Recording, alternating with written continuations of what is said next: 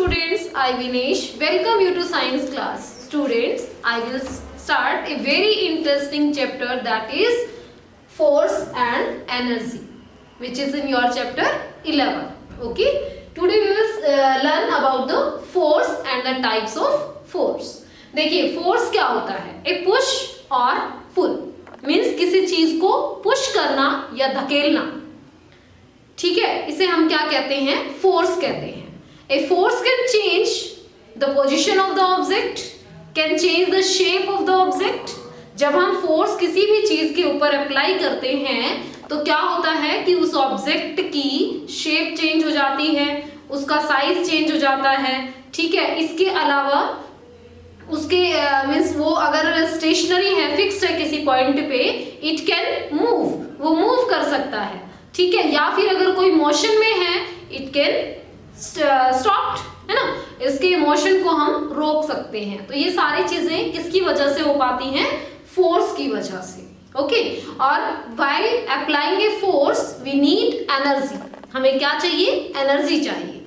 और जब फोर्स किसी चीज के ऊपर अप्लाई किया जाता है एनर्जी की मीन्स एनर्जी का यूटिलाइजेशन करते हुए, तो क्या होता है, वर्क डन होता है, मीन्स काम होता है.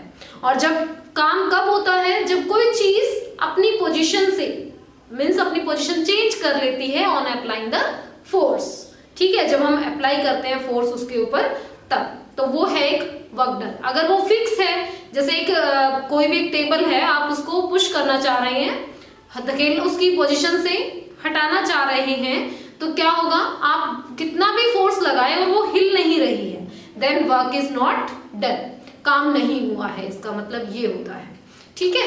Now we will discuss about the types of force. देखिए फोर्स जो हैं वो अलग अलग तरह के होते हैं, बहुत सारी तरह के फोर्सेस हैं. तो कुछ हम कुछ फोर्सेस के बारे में बात कर लेते हैं. फर्स्ट है ग्रेविटेशनल फोर्स. देखिए हमारे स्पेस में जितनी भी हेवनली बॉडीज हैं, they all attract towards each other, वो सभी एक दूसरे की तरफ अट्रैक्ट होती हुई प्रतीत होती हैं, अट्रैक्ट होती हैं, ठीक है. क्यों होती हैं, due to the gravity of that particular object, ठीक है, उसके ग्रेविटी की वजह से.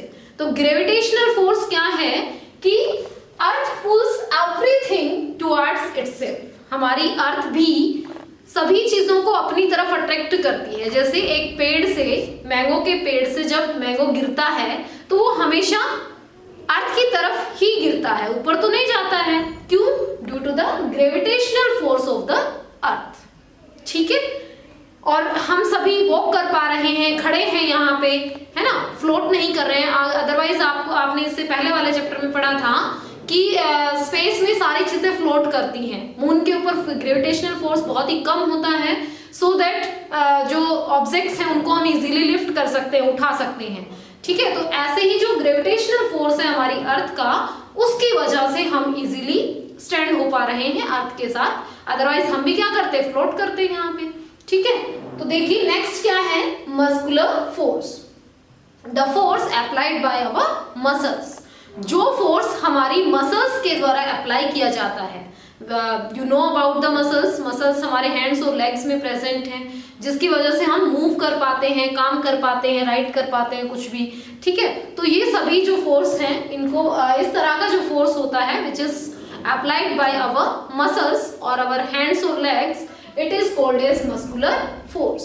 Okay, next is frictional force. Frictional force क्या होता है, the force that opposes the motion of the other object.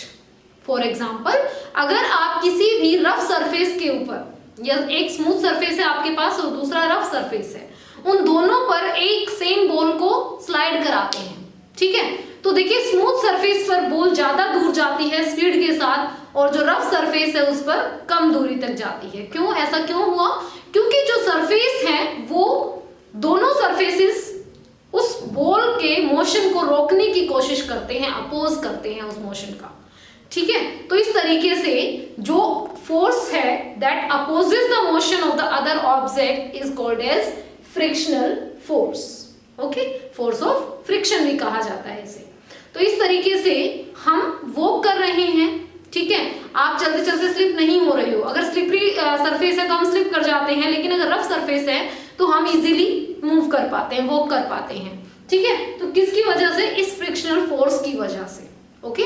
तो और हम फोर्स को रिमूव कर सकते हैं, इस फ्रिक्शनल फोर्स को, जैसे मशीन्स के अंदर, मशीन के जो पार्ट्स होते हैं उनमें हम ऑयल या ग्रीस अप्लाई करते हैं so that they can run smoothly, वो इजीली स्मूथली रन कर सकते हैं, है ना। पार्ट्स डैमेज नहीं होने से बचाने के लिए हमें उनको ग्रीस देना पड़ता है, ठीक है। तो इसलिए इसे हम क्या कहते हैं? फ्रिक्शनल फोर्स कहते हैं, जो फोर्स किसी भी ऑब्जेक्ट के मोशन को रोकता है, अपोज करता है उसका। नेक्स्ट है mechanical force, the force which is applied by the machines. देखिए जितनी भी मशीन्स हम यूज करते हैं अपने डे टू डे लाइफ में, वो सभी एक फोर्स अप्लाई करती हैं काम कराने के लिए, ठीक है। तो जो मशीनों के द्वारा फोर्स लगाया जाता है that is called as mechanical force. Next is elastic force. Elastic force कब अराइज होता है? It arise when the object is deformed. जैसे अगर आपके पास एक इलास्टिक रबड़ है, ठीक है, उसको आप स्ट्रेच करते हैं, खींचते हैं, ठीक है, तो उस दौरान उसके अंदर इलास्टिक फोर्स आ जाता है, और जैसे ही आप उसको मींस उस फोर्स को रिलीज करते हो, छोड़ देते हो, तो वापस से अपनी ओरिजिनल पोजीशन में आ जाती है। इस तरीके की फोर्स को कहते हैं elastic force. Next is buoyant force.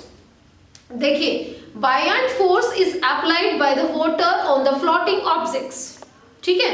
जो पानी किसी भी ऑब्जेक्ट के ऊपर फोर्स लगाता है नीचे से, एक अपवर्ड फोर्स लगता है वाटर के द्वारा, जिसकी वजह से जो ऑब्जेक्ट्स होते हैं वो फ्लोट कर पाते हैं, और ये सभी ऑब्जेक्ट्स के ऊपर अप्लाई किया जाता है, ठीक है। So the force that the upward force push of water, upward push means पानी जो है वो किसी ऑब्जेक्ट को, जो भी उसके अंदर डाला है आपने, उसको ऊपर की तरफ पुश कर रहा है, ठीक है। तो उस फोर्स को हम क्या कहते हैं? कौन सा फोर्स कहते हैं? बायंट फोर्स कहते हैं, okay. So students, these are the types of the force about the electrostatic force. इसके भी कुछ, इसके अलावा और भी फोर्सेस हैं जिनके बारे में आप हायर क्लासेस में स्टडी करेंगे, ठीक है। I think you have understood all these types of force and definition of the force. If you have any doubt, you can contact me. Thank you.